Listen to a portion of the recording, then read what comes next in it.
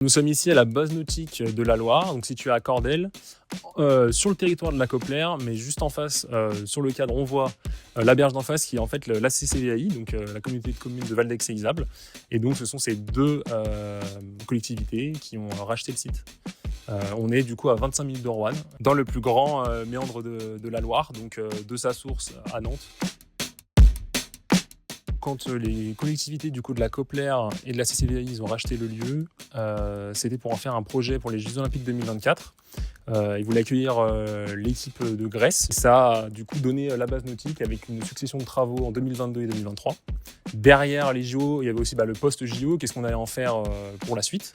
Il y a beaucoup d'établissements comme ça qui ont été faits pour les JO, mais partout en France, les JO d'été, les JO d'hiver, qui en fait sont laissés à l'abandon et c'est du gâchis d'argent, c'est quelque chose qui est pas entendable pour ici.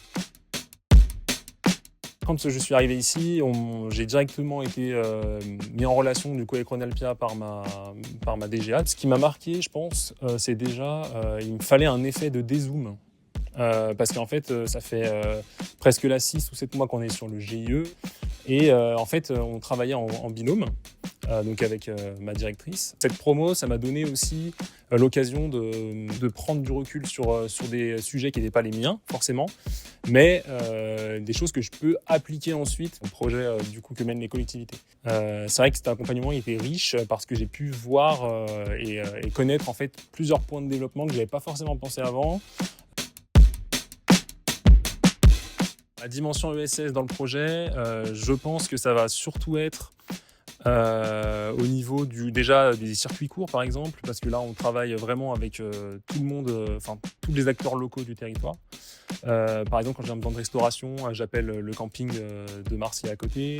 Quand je vais avoir besoin, je sais pas, de quelque chose de plus élaboré, j'appelle un artisan qui est à côté. Enfin voilà, c'est vraiment de booster cette économie-là locale. Il y a aussi le développement des personnes du territoire. Parce qu'on avait beaucoup ici de personnes isolées qui sont soit éloignées des activités, soit géographiquement, mais on a aussi des PMR, des personnes à mobilité réduite qui viennent là, parce qu'en fait ici on a un site qui est complètement adapté à leur pratique. On a des rampes d'accès partout, on a des encadrants qui peuvent leur permettre de pratiquer, et on a des tarifs adaptés pour tous. Donc c'est aussi vraiment un lieu où tout le monde se rencontre. On peut avoir des entreprises, on peut avoir des centres sociaux, et puis on peut avoir aussi l'association du coin et du public, du grand public, quoi. On a des prix différenciés pour chacun, mais là ça m'a permis d'élargir déjà ces prix différenciés, donc ce qui donne aussi accès à potentiellement encore plus de personnes. Et maintenant, il faut essayer de développer aussi toute une partie commerciale qui rapporte, elle, plus d'argent, mais pour juste pérenniser le lieu.